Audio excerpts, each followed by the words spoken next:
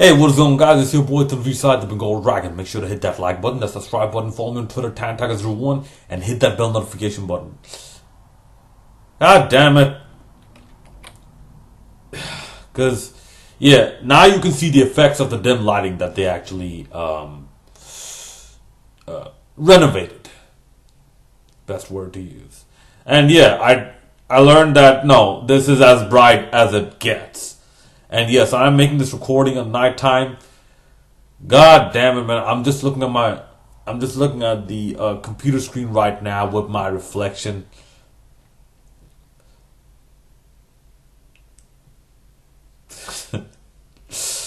Looks kind of weird. Let me tell you that. Anyways, this video is gonna be about the second trilogy of Star Wars: The Phantom Menace, Attack of the Clones, and Revenge of the Sith. Okay, first of all, shout out to Liam Neeson, but unfortunately, even his acting could not save the Phantom Menace. Okay, now I finally understand why The Simpsons made that joke where like Lenny and Carl were like fighting with lightsabers, and Lenny saying like, I say Attack of the Clones suck more, no, I say the Phantom Menace suck more. Carl is saying I say Attack of the Clones suck more. Lenny saying I say Phantom Menace suck more. So, both of these movies suck. Okay. In fact, I'm starting to realize now like why the Phantom Menace is actually infamous for being such a bad movie.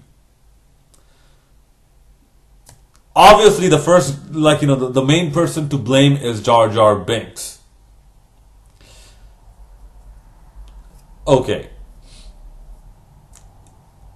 Look at that movie, okay, and tell me it was not influenced by a possible video game adaptation. Because I remember some of my friends had the Star Wars Phantom Menace PS1 video game.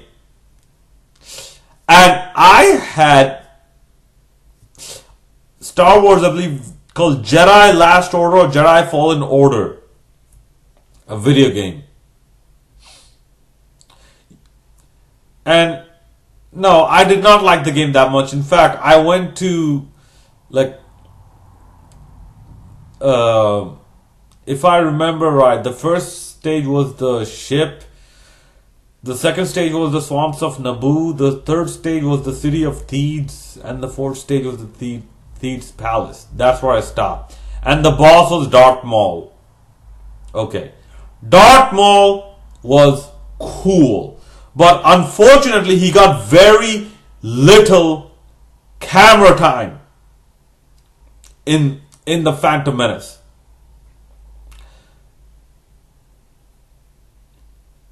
So, I think everything that needs to be said about how bad Phantom Menace is has been said already. The acting was so disingenuous.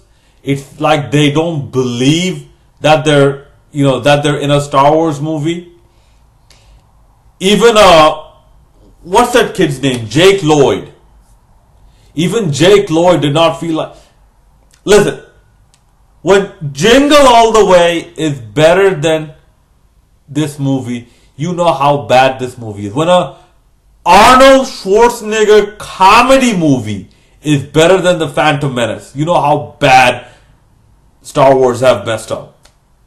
And to be honest, because I just saw this in 2020, the movie aged very, very poorly. So did it Attack of the Clones.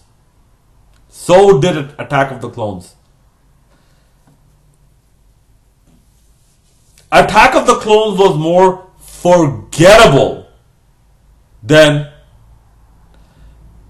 bad. It was like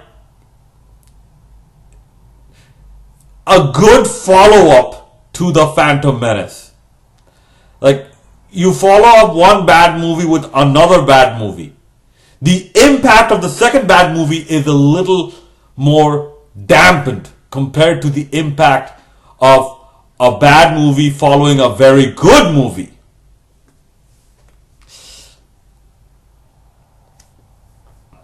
Yeah, Return of the Jedi, I didn't like it that much, but still, it was a good movie. I thought the Empire Strikes Back was, in the first trilogy was the best movie. Attack of the Clones, I'm like, okay, Obi-Wan is getting older.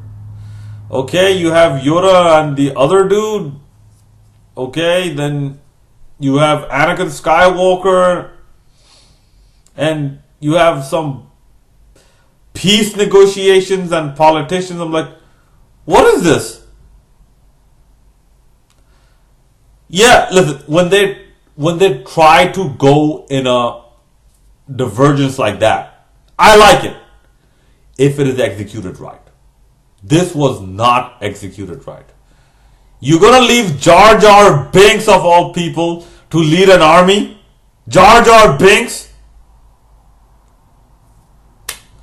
Okay, so the Attack of the Clones was extremely forgettable. Revenge of the Sith. Okay. I will have to tell this. This was such a shock to me. Revenge of the Sith.